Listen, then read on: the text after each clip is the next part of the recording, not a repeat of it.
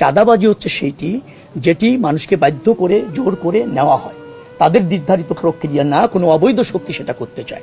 স্পেসিফিকভাবে বলেন যে এই জায়গায় এটা ঘটছে, ডেফিনেটলি নেসেসারি অ্যাকশন নেওয়া হবে।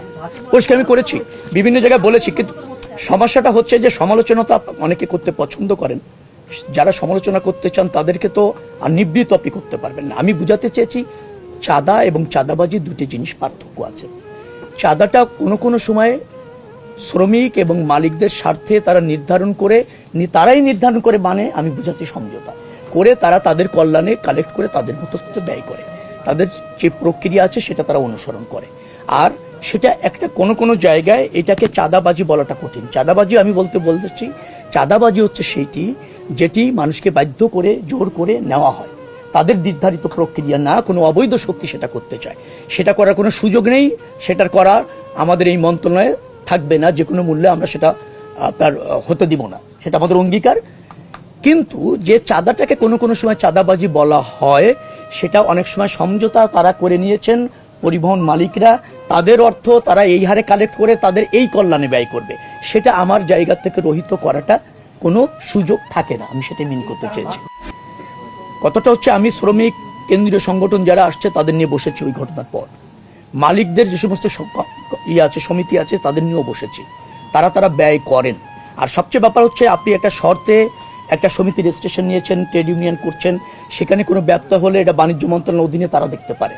চাঁদাবাজি নিশ্চয়ই একটা ফৌজদারি অপরাধ, সেটা যদি ঘটে অভিযোগ থাকলে আমাদের কাজটাকে সেটা হচ্ছে নিশ্চয়ই স্বরাষ্ট্র মন্ত্রণালয় দেখতে পারে, ফৌজদারি অপরাধ হিসেবে ব্যবস্থা নেবে। আমরা যোগাযোগ মন্ত্রণালয়ে আমাদের এটা নিরাপদ সড়ক রাখতে চাই, পরিবহনগুলো একটা শৃঙ্খলার সাথে সেটা চলছে এবং যাত্রী বহন করছে, এটা আমাদের সুপারভিশনের দায়িত্ব। সে জায়গায় আমরা মনোযোগী আছি। যেখানে ব্যত্যয় হচ্ছে আমরা স্বরাষ্ট্র মন্ত্রণালয় বাণিজ্য মন্ত্রণালয়ের সহযোগিতা নিয়ে এখানে একটা জবাবদিহিতা আনার চেষ্টা আমাদের অঙ্গীকার এবং সেটা করছে। আপনাকে তাই মনে হলো চাঁদাটা বৈধ? বৈধ এখন ধরেন আমি তো মসজিদ কমিটিতে চাঁদা দিচ্ছি, এখন কি বলবেন? আমি তো রিহাবের মেম্বার, প্রতি বছর চাঁদা দিই, কি বলবেন? এটা অবৈধ বলবেন?